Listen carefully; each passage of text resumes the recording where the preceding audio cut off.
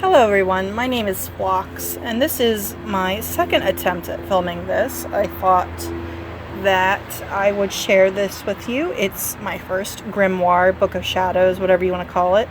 I usually called it a grimoire, but it wasn't particularly important to me, the name. You can see I have a piece of fabric kind of glued on here because I accidentally cracked the spine here. I think I stepped on it or sat a chair on it or something. It was just a basic journal that you could get for like $4 at Walmart. You can see it says journal. And I just wanted something really simple to kind of begin my magical journey with. So we have the inside, and then we have the very first page. You can see I started on 9/28/17, and the subject is sigils. And these were all kind of based on my cursive handwriting. So that was how I originally made sigils. And sigils were kind of the first magic I was really ever interested in. I remember seeing a sigil somewhere for plants growing well, like plants in your garden, and that was something that really attracted me to magic and witchcraft. So then the next page we have crystals. And I don't know if you can see, this is actually like a business card size paper that has howlite on it, and it tells what it's good for. And I got these when I ordered some crystals from a store on Etsy, Sacred Rock Stars it looks like. And they sent these, so I just kind of glued them in rather than looking it up. And then this looks like personalities of some crystals I'd bought, like I was just kind of in tune with them, I guess. And we have insect and bug correspondences, bees, butterflies, and caterpillars, as well as worms. And then we have the elements. Trying to make sure everything's in frame. And I was really proud of this page. I had just started watercoloring when I made it, and just was really proud. And I still really do genuinely like it. It looks nice. We have the directions that each is associated with, the colors, and I have the alchemical symbols down here. We open it up, and then there's more associations back here. And then we have phases of the moon, and you can see I actually glued this one in instead of sewing it in like I did here, because I didn't leave enough like extra on the edge to sew it in. And it's kind of coming unglued, but that's alright. And we have each like phase and a bit about them. And then we have an emoji healing spell, which I kind of consider to be an electronic version of a sigil. I talk about that and then how it worked. And then we have some dried flowers here. I don't really know what these two are, but I do know this is a violet that the color's kind of gone out of.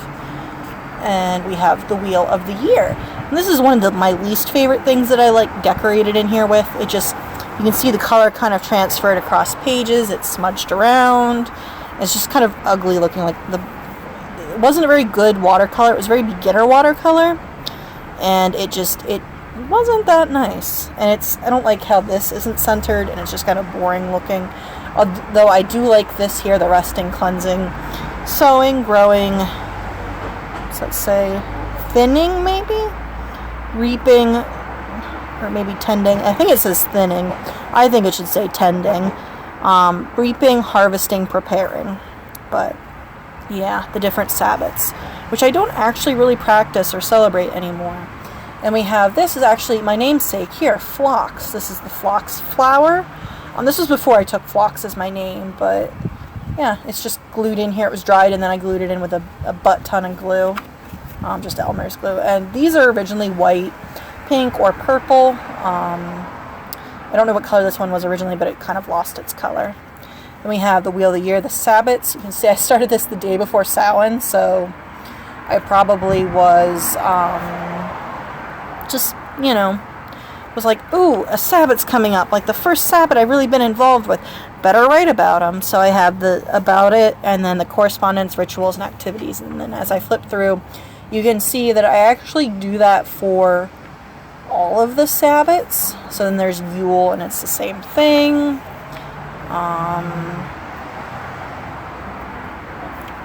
Yeah. And I distinctly remember doing this when I was at work. I worked as a tutor. I started this when I was in college in my undergrad, and I worked as a tutor in the basement of a building, and I didn't ever really get any people in that year. Like, I did sometimes, but not always. It was just very, very kind of random when people would come in, so I'd spend a lot of time doing homework or, journaling or doing this, apparently. Then we have my first Samhain, just like my experience. We have a simple ward, and how I did it. We have cleansing, protecting solution I designed. That was my first, water.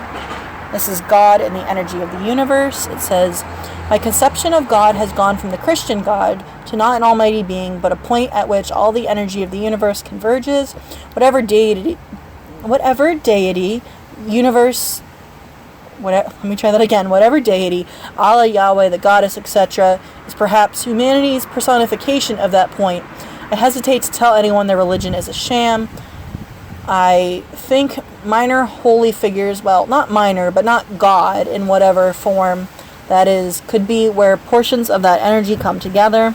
I'm not sure about the last bit, but the first bit I don't know why I said I was sure about it, or I guess it was I was sure I felt that way. As a witch, I can tap into the energy and manipulate it, so I suppose God is as real as you want them to be. Whatever personification makes your heart sing is correct.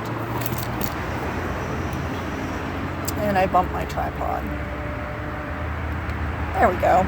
You can see the energy of the universe, and I drew like a map of it. Sorry it's so loud, but I came out here, it was awfully quiet. We have gender and the power/energy of the universe, and this is just me talking about how I think the gender binary for magic is just kind of not very effective. I called it ridiculous, I guess, but this is probably right about when I realized I was non-binary. This is a hex or curse. I don't know. I guess it's a curse.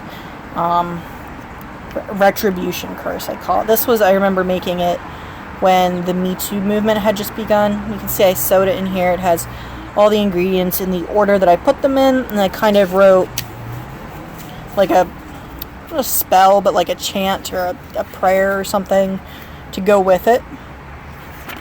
So there's that. We have a spell jar for coming out. This was something I made for my girlfriend when she came out to her parents. And it says I got the idea from a Tumblr post, but adapted it quite a bit. So I just used different supplies and how I did it, which is pretty much just adding it in. And you can see I did use a sigil.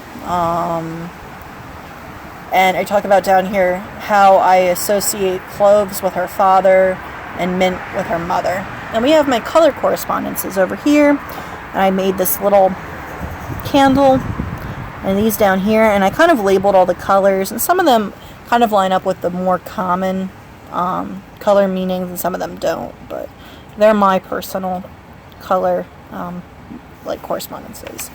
We have my first Yule, and I talk about what that was like, and I have a recipe for wassail or wassail, whatever you want to call it. It is not very good. I wouldn't recommend it because they have you put the orange and the lemon in with the rind and everything on it still, and it makes it incredibly bitter. So I'd recommend finding a different recipe. And yeah, and we have communicating with my tree, spirits, etc. And this was me talking about meeting with this tree. You can see here this picture, Polaroid of a tree, and it's on the the state forest park area near where my parents live, where I grew up. And I just was always really connected to this tree, so I talked about the first time I made an effort to commune with it, and that's what this is. And you can see you can fold that over so you can read what the picture covers, because I didn't leave enough room. We have my first Ostara, and we have the physical cleansing of bones, aka cleaning, and I just talk about how to do that. And these were some bones I found on my parents' property, just another picture of them. Have more crystal correspondences and more that I have glued in. More crystal correspondences. A roadkill ritual, because it says I always feel so bad when I hit or run over an animal with my car. It feels so needless compared to killing an animal to feed or to protect oneself. So I came up with a ritual to ask the earth's forgiveness and to give back some of what was taken away. And it says I will create an offering of some sort and leave it somewhere kind of near where I hit the animal. I will say, since I have needlessly taken a life from the earth, I now give back to the earth Then I Apologize times and 3 times. What's the spell? This was about the rune Ehwaz, which was kind of popping up in my life everywhere for a time, and just my thoughts on it. We have information about grounding. This was kind of, I remember thinking that I really needed to kind of go back to basics, so this is just my notes on grounding. We have EFT, which is, what was it? It's called something, I forget.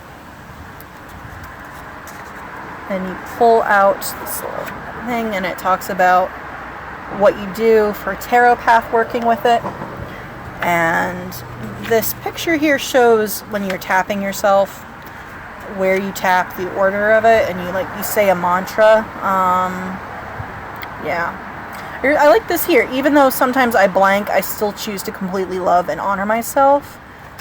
I like that. That's nice. We have more grounding, a ritual grounding, my first Beltane, Chaos Magic. This was when I got very into Chaos Magic, just my notes on it. The 6 principles of Chaos Magic.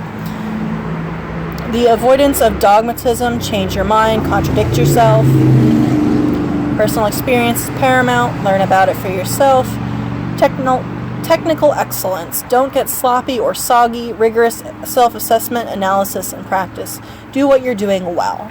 Deconditioning. One of the primary tasks of the aspiring magician is to thoroughly decondition yourself from the mesh of beliefs, attitudes, and fictions about self, society, and the world. And that's a quote by Phil Hine. Diverse approaches, explore and find what works for you. Gnosis. The magical ability to enter altered states of consciousness at will. There are 2 states, inhibitory and excitatory. We have the magician mindset, which was my thoughts on Kellyanne Maddox's video, if I remember correctly. And we have grounding, my meditation, so just thoughts about that. We have a self-love poppet spell. This was the first time a magical working really took it out of me, if I remember correctly. I was exhausted. These are the pattern pieces for making the poppet. And they're in this little pocket here, which is actually a paint chip from like Lowe's or Walmart or something that I cut up. Thoughts on meditation, days of the week correspondences, my first guided meditation, spellbook versus grimoire. This is where I started switching over to this just being where I write and research, and I have a separate book where I write spells, which I still use, and it's certainly not filled up at all.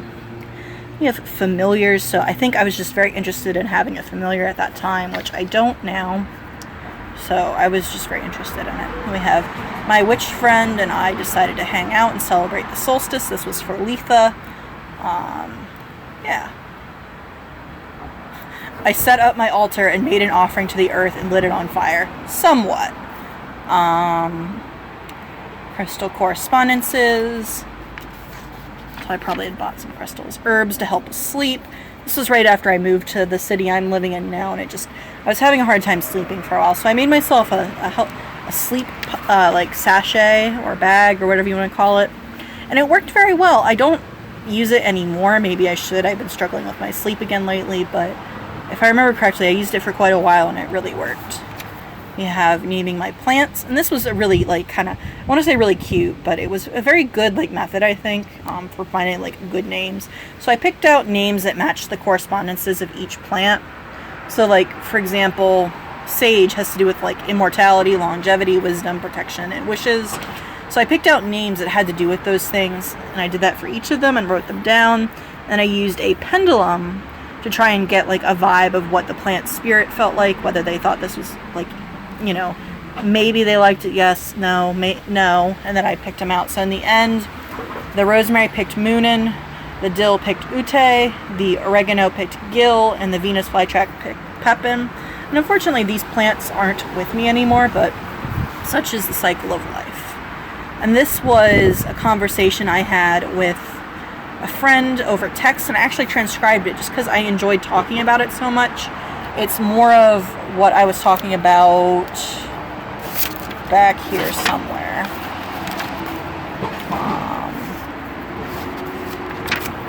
This. It was more about this, the God and the energy of the universe. So the green is me and the purple is her. And I'm actually really glad I wrote it down when I did, because pretty quickly after that I accidentally deleted all the texts off of my cell phone I had saved. And we have a Samhain Silent Supper invocation.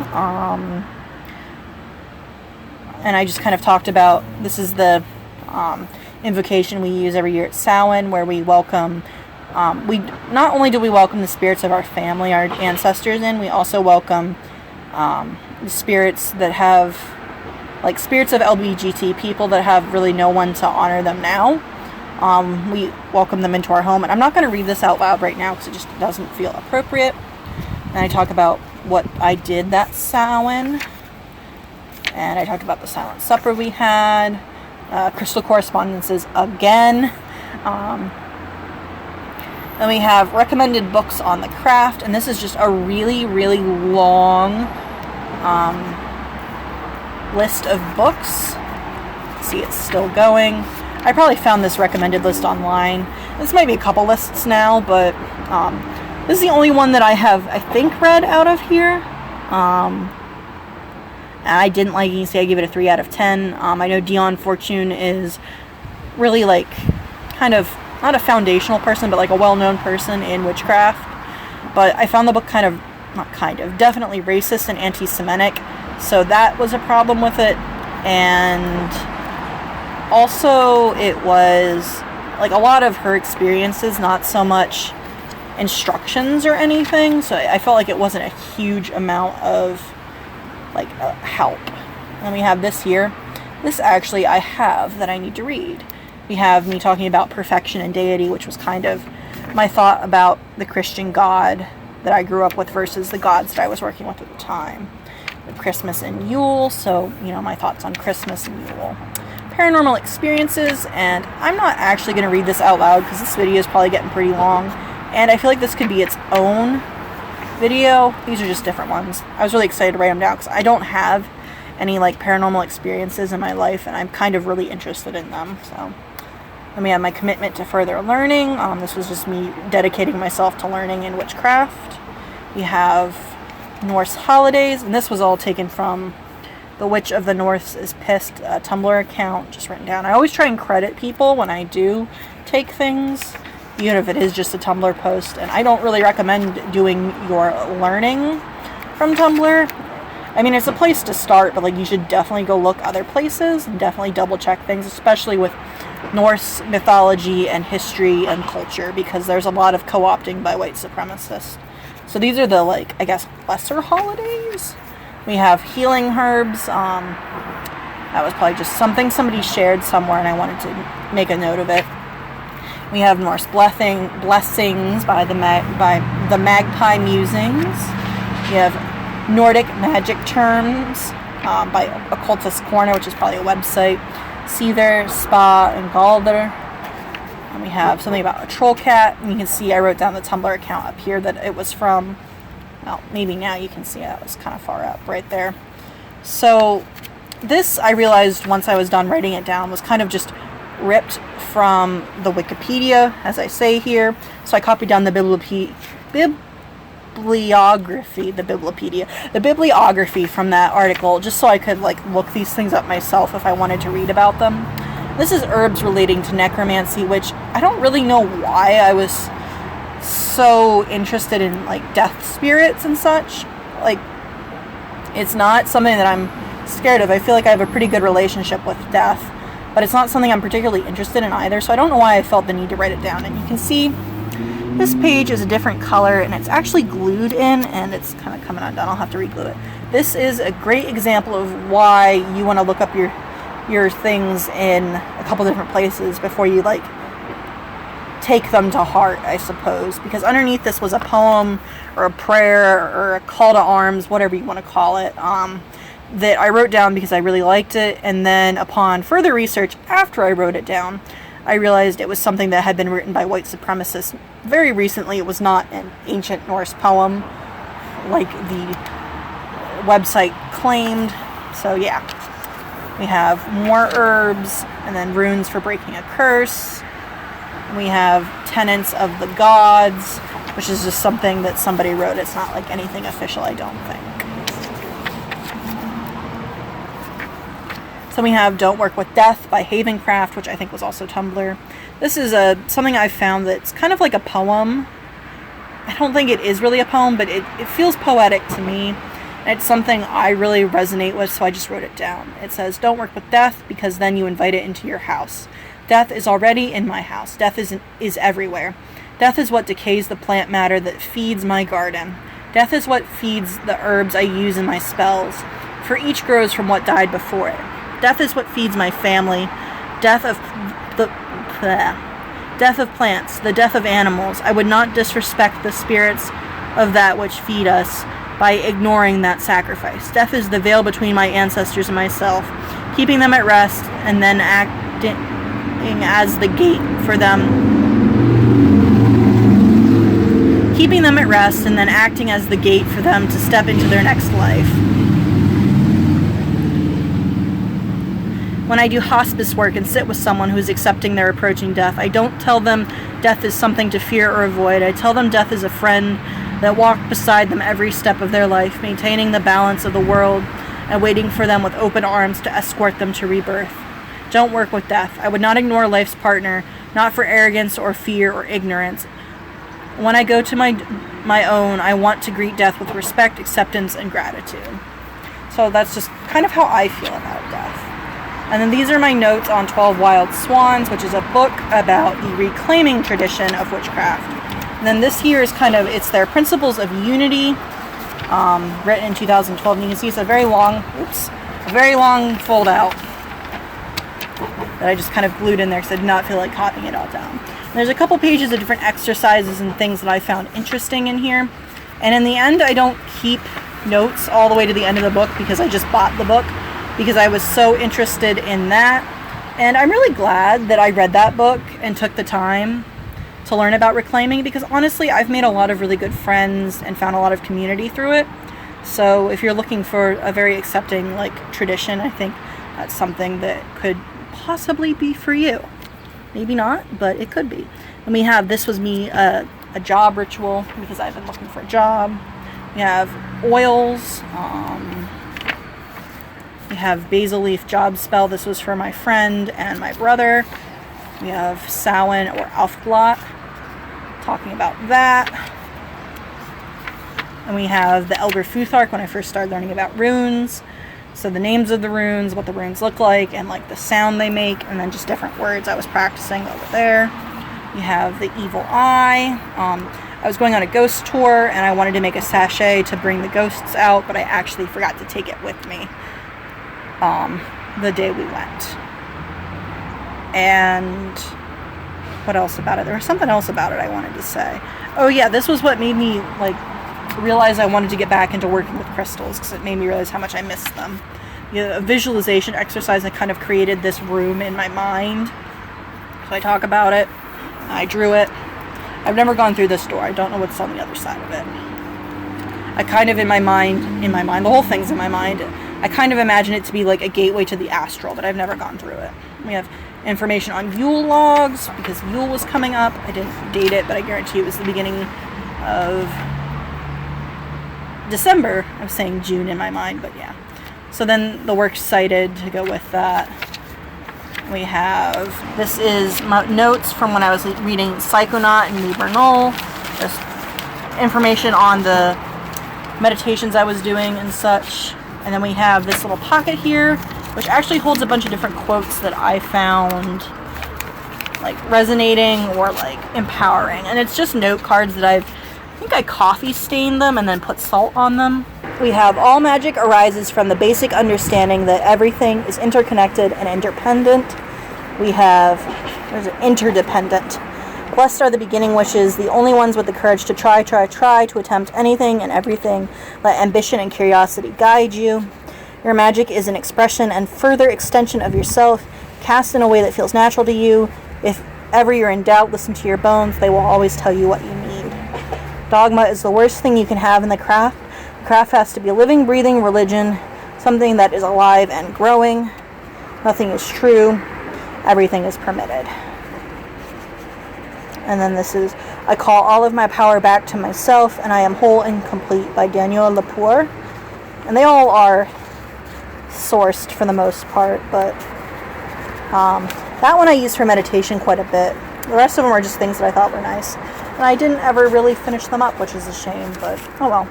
So yeah, that is my first grimoire. So yeah, if you enjoyed that, let me know. Like and subscribe, I suppose. That's what the YouTubers say. Yeah, I might do a tour of all of my witchy books because I have several other ones that I use. And I have kind of a system that probably isn't anything unique or special, but it is mine. So if you're interested, let me know.